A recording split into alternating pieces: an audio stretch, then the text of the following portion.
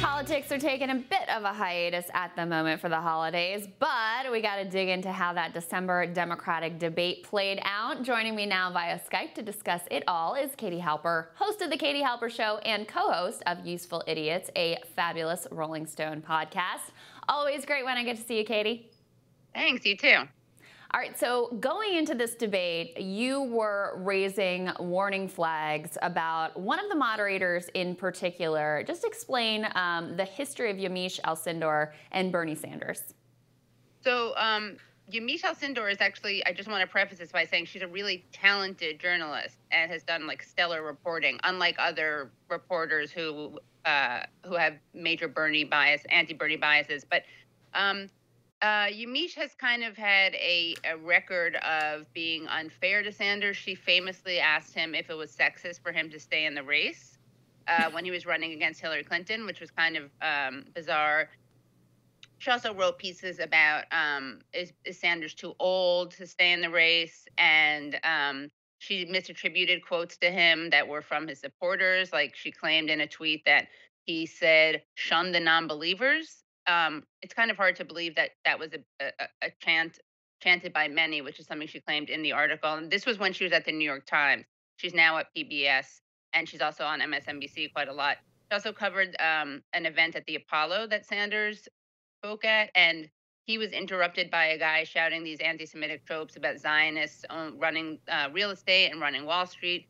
And the way she framed it was that he was in her tweet, she said that he was a community activist interrupting Sanders about gentrification. To be fair, in her written article in the Times, she did describe him as saying anti-Semitic things. Hmm. But yeah, there's a lot of it, and if you look at the language, there's a lot of. Oh, and then famously, sorry, how could I forget this one?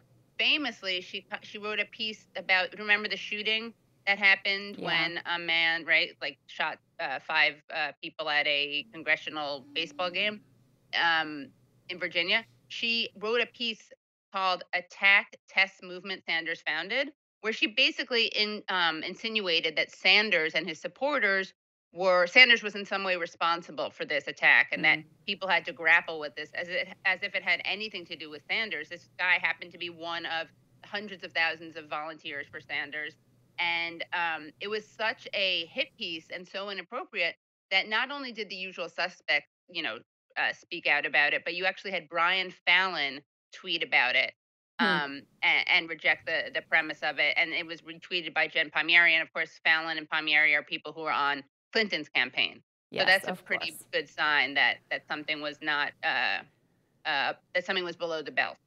And yet, while we had our eye on Yamiche going into that because of that history, and by the way, if any moderator ever had that level of like pro-Bernie bias, there's no way they would ever be allowed near a debate, let alone to moderate a debate. Right. So let's just put that out there. But then at the actual debate, there was this strange moment where a question had been asked of another candidate about race.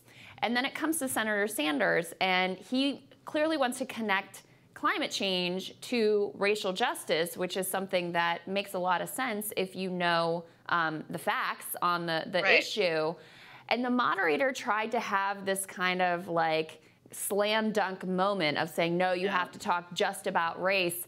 I thought it was very ugly and very revealing. What did you think of that moment, Katie? Yeah, it was, first of all, it was really pathetic because you could tell she thought this was going to be like a viral moment. And to be fair, because the audience at debates, and we never really talk about this, but because debate audiences are so full of Democratic donors and functionaries, we often get a distorted view of how people respond to things. So she did get a big laugh and clap, right? But it was really annoying, and it of course revealed that this woman does not understand intersectionalism. Now, maybe she doesn't claim to, but you don't have to be intersectional to get that there's something called environmental racism. And she was like, with all due respect, the question was about race, as if it was an own. But all she was doing was exposing the fact that she doesn't understand the connection between racism and climate change, and it's real. And Sanders, of course, made the point.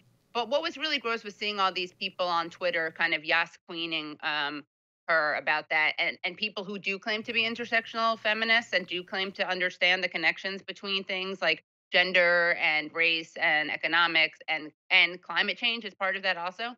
That was really embarrassing. And Yeah. also, as someone, I think it was Peter Dow pointed out, that Biden was asked about reparations, and he talked about immigration. Why wasn't he interrupted Yes, when that and indeed. didn't make the connection between those two things? Well, everyone's just happy when Biden like completes a full sentence. So that's Oh the yeah, that's the standard that he's held to. literally after there was a CNN post debate commentary where Chris Cuomo said it was the best debate he's done this season, and he said he was alert the whole time. Alert. Alert the whole time. That was it. And people and Van Jones was like, yeah, no grandpa moments, and he should get credit for that. Amazing. It was kind of stunning, yeah. Well, and one And of the also, reasons I think Biden did ultimately have a good debate is because he didn't talk that much. He was third to last in terms of speaking time, above only Tom Steyer and, of course, Andrew Yang. Doesn't matter how he does, doesn't matter who the moderators are, doesn't matter that there's only 7 people on the stage. Why is it, Katie, that Andrew Yang is always left out when it comes to speaking time? I don't know, especially because these people, people claim that diversity and representation is important. It's kind of interesting that the one person of color on the stage gets so little time. Yes, very well said. There was also a funny moment where they were wanting to talk to Tom Steyer, but they kept saying Mr. Yang, and then another point they called him Senator Yang, which was kind of funny. But again, That's it just kind of exposes that he's not in their brain at all. Right. Like, there's no automatic this is Andrew Yang. Yeah, he's very dismissed. But what's funny is that he's very dismissed, and then it's interesting. He's dismissed while like Tulsi Gabbard and Sanders are kind of reviled. I think it's more insulting to Yang as opposed to kind of hateful. But what was interesting is in the post debate coverage, Dana Bash really doesn't like Sanders, and you can tell. And she kept talking about Yang as if he were kind of replacing Sanders and winning over all of his supporters, which is just funny because as you know, I like Andrew Yang. We've had him on Useful Idiots. We gave him that Useful Idiots bump. You, of course, have had him on tons of times and really are a great advocate for him. But it was just a little, he's not where Bernie is in the polls. And there was also a really revealing moment in the post-debate coverage where Gloria Borger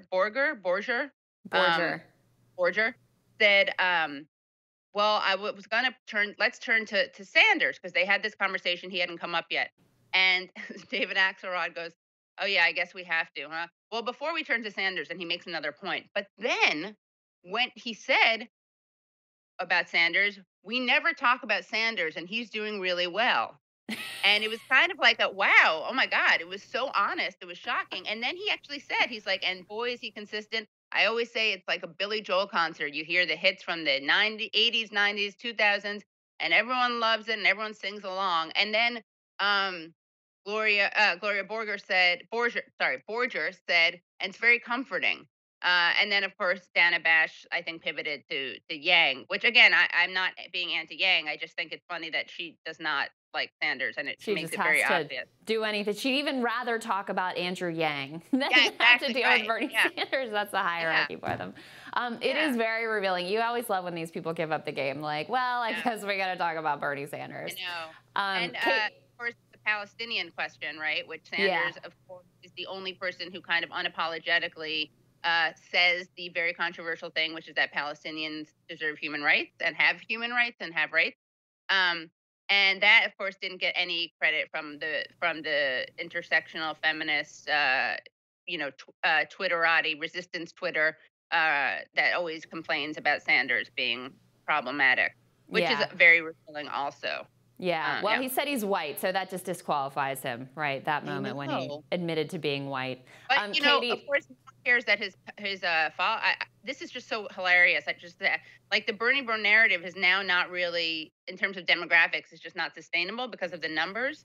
And yet somehow the candidate who has the most of color and female support, people are happy to erase him. Right. And I love that we'll never hear that stat anywhere else. Katie, thank you so much. We always love checking in with you. Have a good one. Yeah. And we'll have more for you right after this.